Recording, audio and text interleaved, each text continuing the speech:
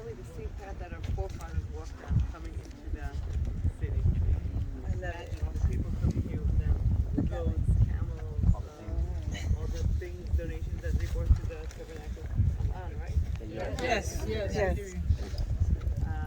So like I told you in the beginning, today everybody agrees that this is Shiloh. But when my parents came here, 1978, it wasn't so clear yet. This was a few years after the Six-Day War. Till then, this was in the hands of Jordan. And when we could, like in the Six-Day War, we had to meet miracles, and we could finally come to this area. And my parents had a dream about ancient Shiloh. They were supposed to be here somewhere in the hills, and they got together with 8 other families, and they decided to go and look for the ancient city. Yes. How could you find a place after so many years? This area is abandoned. So what would you do to look for ancient place? What should help you? The Bible. Very good. One thing. What else? The other Cities were typically built on elevation, so you look for an elevation and look for roots. Civilization has to have water. Very good. Very good. Very good point. Okay, so you're all right, and I'll tell you what they did. The first thing that they did, they actually opened our GPS, which, like you said, is the Bible. And looked for any description about the location of the place. And luckily, we have a very detailed description in the book of Judges. In one of the stories that happened here in Shiloh, it was a sad story, but it had a good ending here in Shiloh. I won't go through all the stories. You can read all the details in the book. But there was a big war between all the tribes of Israel to the tribe of Benjamin because of bad things that people of Benjamin did to a woman that came to sleep in their place. And the war was so bad that almost all the tribe of Benjamin was killed. The people of Israel were so upset with the tribe of Benjamin doing such a thing, which is not like, that's not how we're supposed to behave. Right. So they took an oath that none of them is giving their daughter to the sons of Benjamin as a wife. We're not marrying them anymore. So at the end of the war, all the tribe was killed, besides 600 guys that ran away. And all the people of Israel gathered together again and started to cry. They said, what happened here? We are one nation, 12 tribes, and a whole tribe is going to disappear now because these 600 guys can't marry anyone. We took the oath. And so we have to save them. These are our brothers. So they started to think of ideas how to save these guys. Then they had an idea. The old man said, okay, there's a special holiday in Shiloh. Every year on Tu B'Av, the 15th day of the Hebrew month Av, which is usually in August, just has been a few weeks ago. The girls of Shiloh used to wear white dresses and dance in the vineyards. So this holiday was the beginning of the harvest of the grapes. My father is a farmer, and he planted a lot of vineyards here. And always the first harvest is always around Tu B'Av, this holiday in August. So it's a very exciting time. It's like the holiday of the Bible in Shiloh. So the old man suggested that the people of Benjamin will come here. They will hide in the vineyards. The girls will dance. Each one will take a girl. That way it won't be considered as if we gave them the girls, but they took them to themselves. That was the way to go around the oath. And they told the families, please don't be upset. This is the way to solve the problem. So that's what happened here in Shiloh. The guys came here, and each one took a girl. You can imagine like hundreds of weddings the same day. And tribes got unified together again and like were at peace with each other.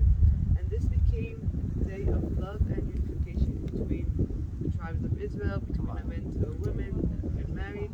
And this is celebrated as the Hebrew Valentine Day till today. And not many people know that it started here in Shiloh 3,000 years ago. Wow. So I told you the stories also because it happened here, but because of the verse that tells us where Shiloh is. So if you could please read the verse now.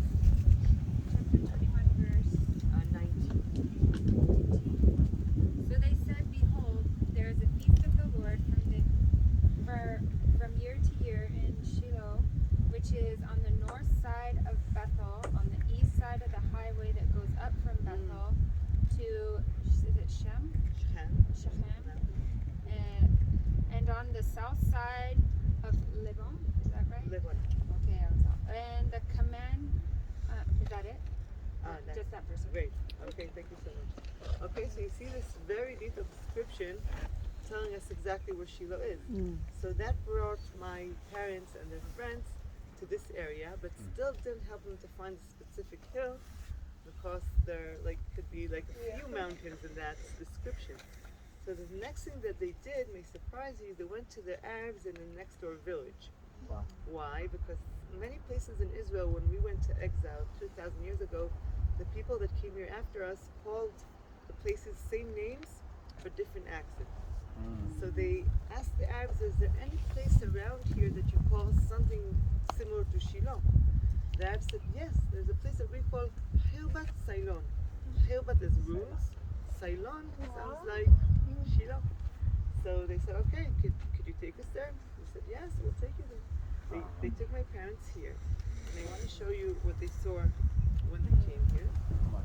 So this is the picture how it looked like. This is the building that we're looking at, so we're actually more or less here. Okay. So they saw that there's a place here with ruins, like you said, and there's a water, not a water well, I think it's water system right outside of the city, and we have here lands for agriculture. So many things came together, and then they understood that this group from Denmark already 100 years ago thought that this is Shiloh, and people through the history. So all these signs came together, and they understood that we found ancient Shiloh. It was very exciting, and they decided to build here the new Shiloh, where I grew up in, right over there. So the beginning is behind these trees, was behind these trees, and it was very hard because we were here, 9 families, middle of nowhere, no electricity, no water, no roads, no groceries. So they brought us water in tank, and we had to recycle every little drop till the next tank came week after.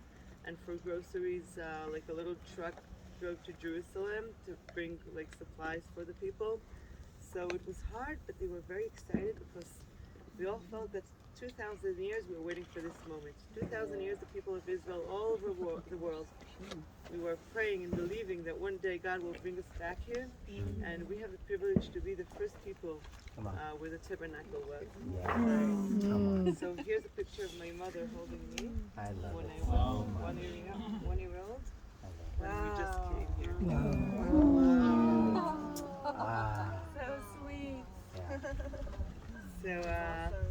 So slowly Shiloh developed. Today it's 4,000 people, and we have already 2 supermarkets, so we feel very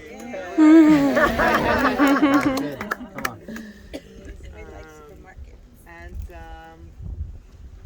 through my childhood, archaeologists came here to dig the place and to see if this is actually what we think. And they found and still finding evidence that prove 100% that this is Shiloh. And one of them we're looking at now. So when I was a child, all this was covered. Here's a picture of myself giving here a tour at my bat mitzvah. You know bat mitzvah? Wow. So you see the building, this building in my back, it's almost half covered. And there was a huge fig tree here, right over here, the tree of my childhood, which collapsed a few months ago, unfortunately. Yes, not months, but a few years ago. We used to come here, have picnics, drink chocolate milk, and we had no idea there were things underneath our feet. So the archaeologists dug here 14 years ago, and they found what we knew already, but you see it in many places in Israel,